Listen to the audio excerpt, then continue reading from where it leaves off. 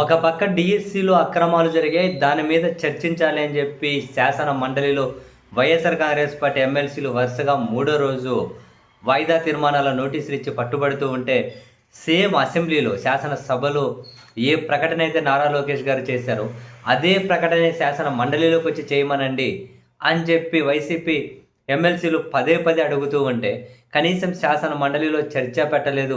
శాసన మండలిలో నారా లోకేష్ గారు సమాధానము చెప్పలే. వాళ్ళు అడుగుతున్నది కొత్తగా ఏమన్నా చెప్పమని కాదు. శాసన సభలో ఏం చెప్పారో అదే శాసన మండలిలో కూడా చెప్దురు రండి అని. కానీ ఎందుకో లోకేష్ గారు సిద్ధపడడం లేదు. అసలు చర్చని అంగీకరించడం లేదు. అక్కడ సభలు జరుగుతూ ఉంటే, అక్కడ చర్చించే అవకాశం ఉంటే, అక్కడ వదిలిపెట్టేసి లోకేష్ గారు ట్విట్టర్‌లో ట్వీట్ చేస్తూ ఉన్నారు.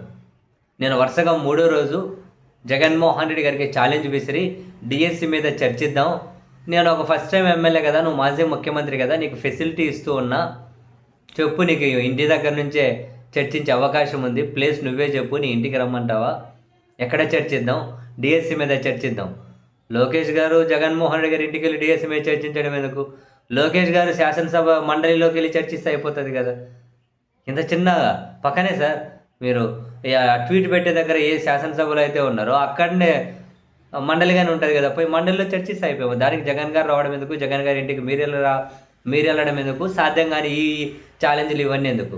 ఐఎమ్ వెయిటింగ్ అని చెప్పి మళ్ళీ అట్లా ఏమంటారు, ఒక మీమ్ లాంటిది, ఒక జేఎఫ్ లాంటిది ఉంటుంది కదా, మేము అంటే ఒక వెయిటింగ్ అని ఇట్లా అనేది పిక్కు, ఆ పిక్కు పెట్టేసి జగన్ వెయిట్ చేస్తున్న మూడో రోజు అయింది నీకోసం వెయిట్ చేయబట్టి, డిఎస్సి కోసం చర్చిద్దాం, మీ ఇంటికి రమ్మంటావా, ఎక్కడికి రమ్మంటావా అని.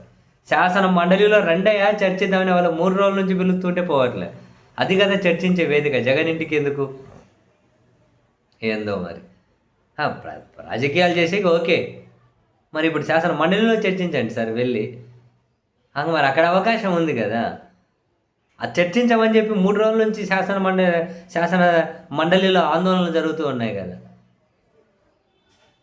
అఫీషియల్ వేదిక ఇచ్చి పెట్టేసి ఎక్కడికి రమ్మంటావు చెప్పండి. సినిమా డైలాగ్ లేదో, నీ ఇంటికి రమ్మంటావా, ప్లేస్ నువ్వు చెబుతావా, నన్ను చెప్పమంటావా, నీ సినిమా డైలాగ్ లేదో ఏమో మరి.